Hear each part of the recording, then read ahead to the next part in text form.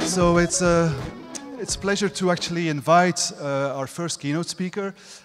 He's been a long-time friend of mine. He's also our MC of the week, so you'll be seeing him quite a bit. Mr. Chet Haase, where is he? There he is. Here he comes. Wow, and he's wearing a tie, so... I didn't think you don't normally wear a tie, right? It's like, No, that's what he does. Yeah, he's a business consultant, and I'm really interested in what I'll learn. I mean, Chet, Chet, welcome to Devox, first of all. Thank you. Thanks very much. Very happy to be here. It's all yours, man. All right. Let's see what I do with it. So I like to, that was awkward, but not quite as awkward as a selfie with 500 people in the room observing a moment of silence for a selfie. There are a lot of things in the world right now that we could have had a moment of silence about, but that one was for the selfie. I like to think that I wasn't chosen randomly to be an MC just because I happen to have a talk that was going to immediately follow what I'm doing right now. In fact, I've actually been happily involved with Devox for years. I kind of wanted to find out how many of you have been. How many people have actually been to Devox? Okay, so probably a quarter of the room, which is pretty good. It is by far my favorite small, like non-company run developer conference because it is run by and for developers. Not only is the content really good, the speakers are really good, they work very hard at the committee level and the organization level to bring in really good speakers and content and whatever is popular and trendy and developers need to know about at any given time. It's always had a Java focus, but it's always invited content from other types of technologies. I have actually been speaking at Devox conferences, I think since 2005 in Antwerp, while I was at 3 different companies, on 3 different platforms that I worked at, and they were always welcome at the conference because that's what the conference does. These were the things that people needed to know about. And so it's wonderful this year to see Devox in the US because I think this kind of conference, this kind of content needs to be here. And also, I don't have to travel all the way to Antwerp. The side benefit is that the weather is usually better here. Unfortunately, they brought just a little bit of Antwerp with them today. So that's unfortunate, but at least it's not raining in here. One of my favorite things about the conference is that they like to play with the forum. They like the developers to enjoy and to learn, but also to actually have fun at the conference. This dates way back to before I got involved with really innovative crossing the line videos that they would use to announce and advertise the conference and just things that they did with the content and the organization of the conference themselves. You'll see that in a few minutes with the keynote, something really interesting coming up from Janelle Klein.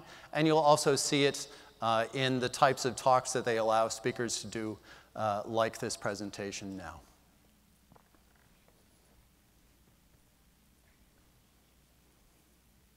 Business. Technology. Business. Technology. Business. Technology. Business. Technology. Business. Technology. Business. Technology. Business. Technology. Business technology. Technology. Business technology. Technology. Business technology. Technology. Technology business. I'm Chet Haase. Welcome to the business of technology, business technology, or as I like to think of it, there's a talk I'm doing and I'm Chet Haase. I think it's useful to give everybody a little bit of context about the speaker so that you understand not only why you are here, but why I am here. Here's a bit about me. I am a technologist. I am also a businessist. I am a speakerist, which is clear from today. I'm also a speaker about business technologist. I'm also a slide bullet list.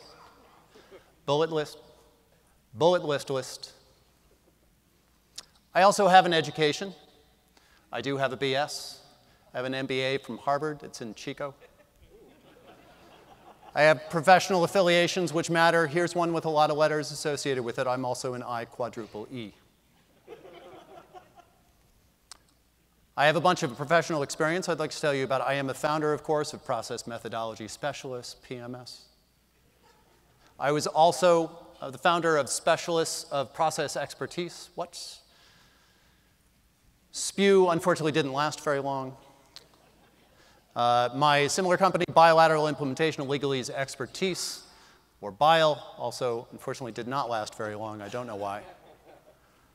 And I'm also a partner in the Partnership of Partners, PP, also similarly short-lived. And I make a great cup of coffee.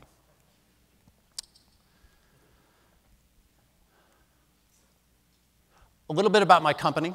I think it's important to give you as much context as you can possibly bear. Process Methodology Specialist consults on many things, such as process, methodology, and specialization. And we also make coffee. I have personal interests. Actually, I don't. I focus on process and methodology and consulting. And if you want to find out what else I do, you're free to hire me. I think it's important for an audience to understand where a talk is going. So it's really good to have an agenda that you then follow. Everybody has a mental model of where the talk has been and where it's going. I think you'll agree that we've covered the introduction, we've talked about me, and we've talked about the agenda. Now I'm going to define some terms for you. I'm going to have some content in the middle, which I call the middle section. Then I'm going to prove to you the premise of this talk. I think calls to action are always important. And finally, there will be a conclusion. We may have time for Q&A at the end. If not, you're free to come up and ask me about me later. But what do we mean by the business technology of technology business? Or actually, is that important? Isn't it more important to say, what do I mean by this? Because you know what? I'm the one that has the microphone. So let's take the word business and let's think about the roots of that word. We can break it into two roots. But before we do, we should just look at the core word itself. Business obviously comes from the Latin busyness, which means the act of looking busy, because, admit it, is it more important in business to do things or to be seen doing things? And the second part of the word, of course, is ness, which comes from bottom-feeding monster. The other word, of course, is technology. We can break this into its four roots, technology. Tech comes from the Latin for teach, to educate others. No comes from the Greek, meaning no. Log, of course, is an abbreviation for logarithm, obvious. And why not? So if we put these terms together, we obviously come up with the following definition. Bottom-feeding monsters looking busy teaching things besides logarithms. And why not? So what do we mean by the business of technology, business technology? When we put more of these terms together, it means the same thing. I just put more words there for emphasis. All right, we've covered some definitions. And now on to the middle section of the talk. I want to hit you with some charts and some data. So here's an interesting graph. We can talk about business technology trends. We have some interesting numbers on the left. I don't actually know what they mean. On the x-axis, we have time going from before time to now, right? So time progresses as you go to the Ask me later, and I can explain the technical details. First of all, we can look at the growth of population. So there were exactly 0 people in the world a long time ago. And that 0 continued for quite a long time until the following occurred. People figured out how to reproduce. The act of reproduction contributed significantly to the growth of population. I can go over that later again if you need more details. Now we can take a look at the growth of business. Business continued at 0 growth for a very long time, even after reproduction, probably because the people were busy. But then at some point, business picked up. Well, what was the event? The invention of money.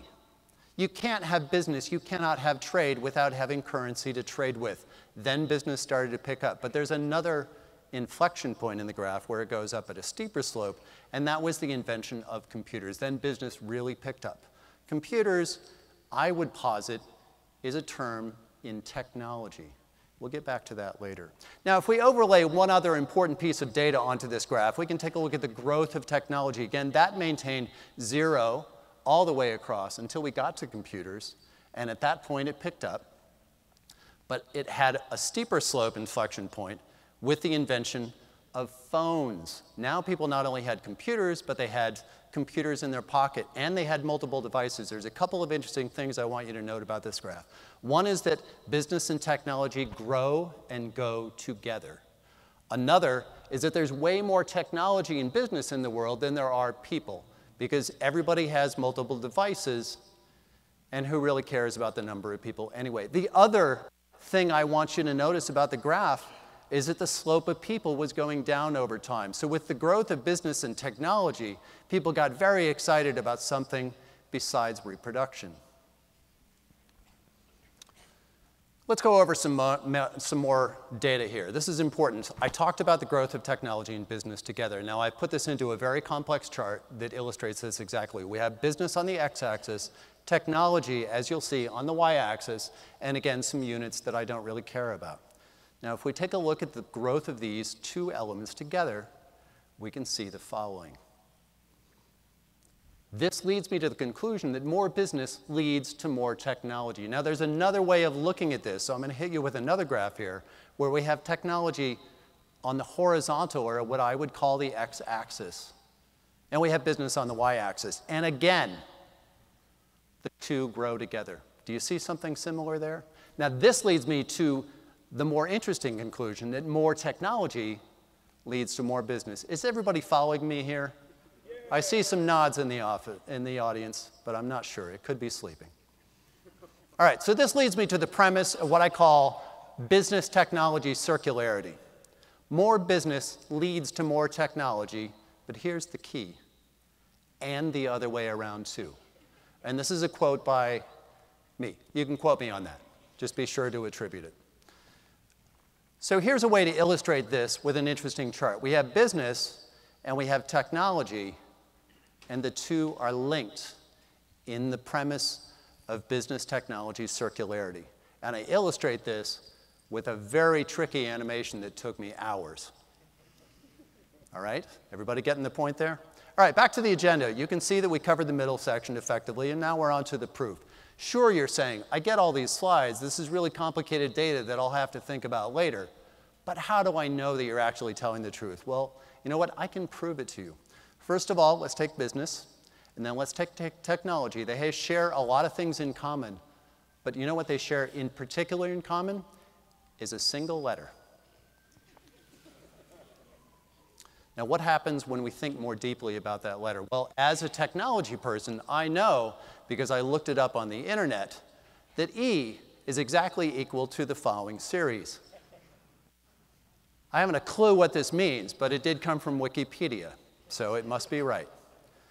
But more importantly, this series equals approximately 2.718, okay? People want to write that down. This is a key fact that you can write down. Put it in an email to your office back home. E approximately equals 2.718. It turns out that that is almost 3. Meanwhile, pi equals 3.142, about,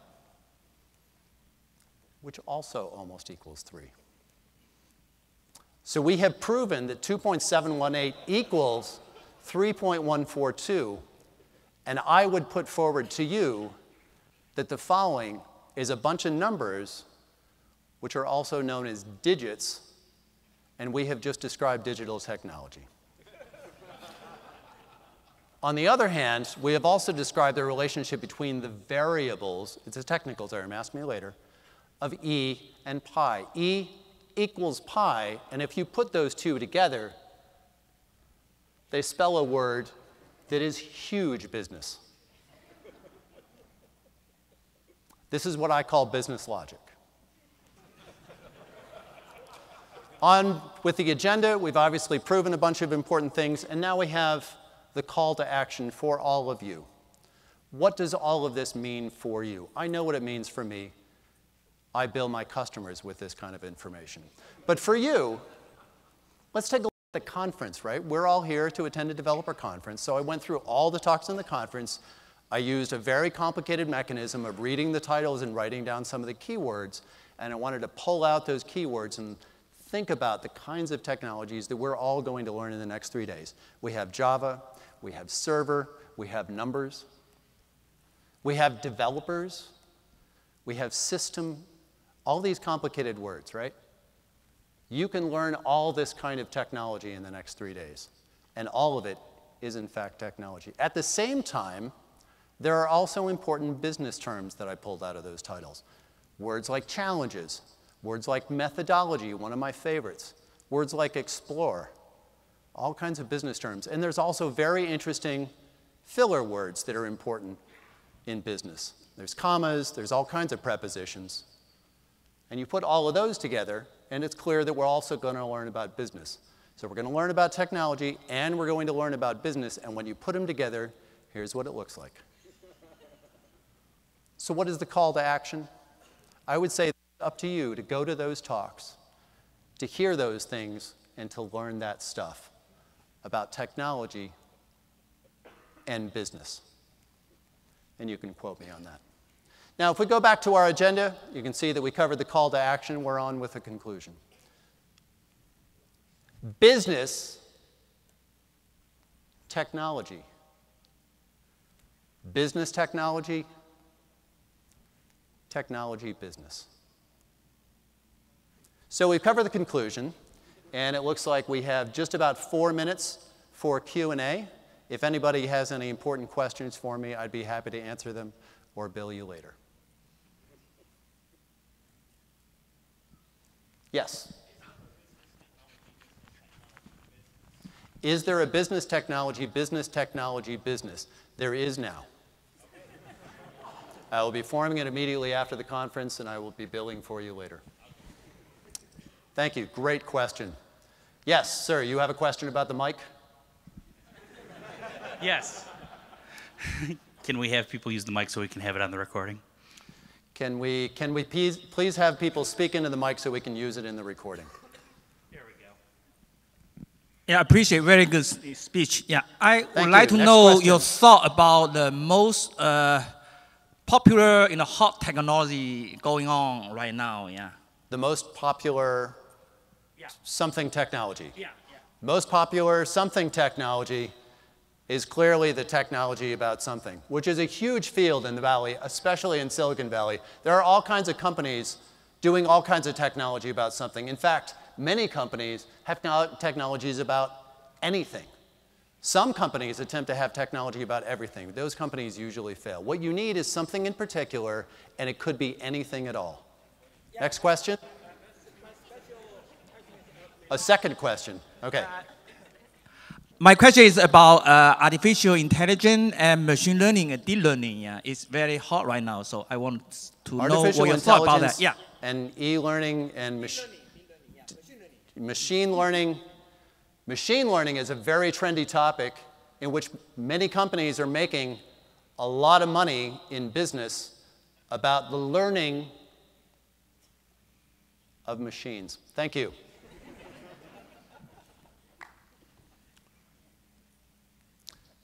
Okay, and that wraps up the Q&A. No, we have one more. Well, not really related to technology, but I'm very impressed with your rhetorical skills. Have you ever thought of running for office?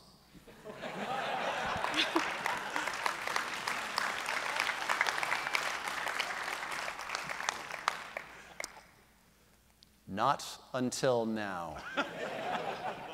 I used to think that it took a great deal of skill and intelligence to do that.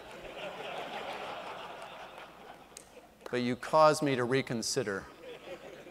What's the money like? All right, thanks very much. If we go back to the agenda, we can see that we've covered the Q&A. And thanks for coming.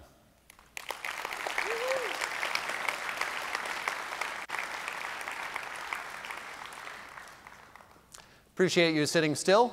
and nodding with appreciation or sleep, doesn't actually matter.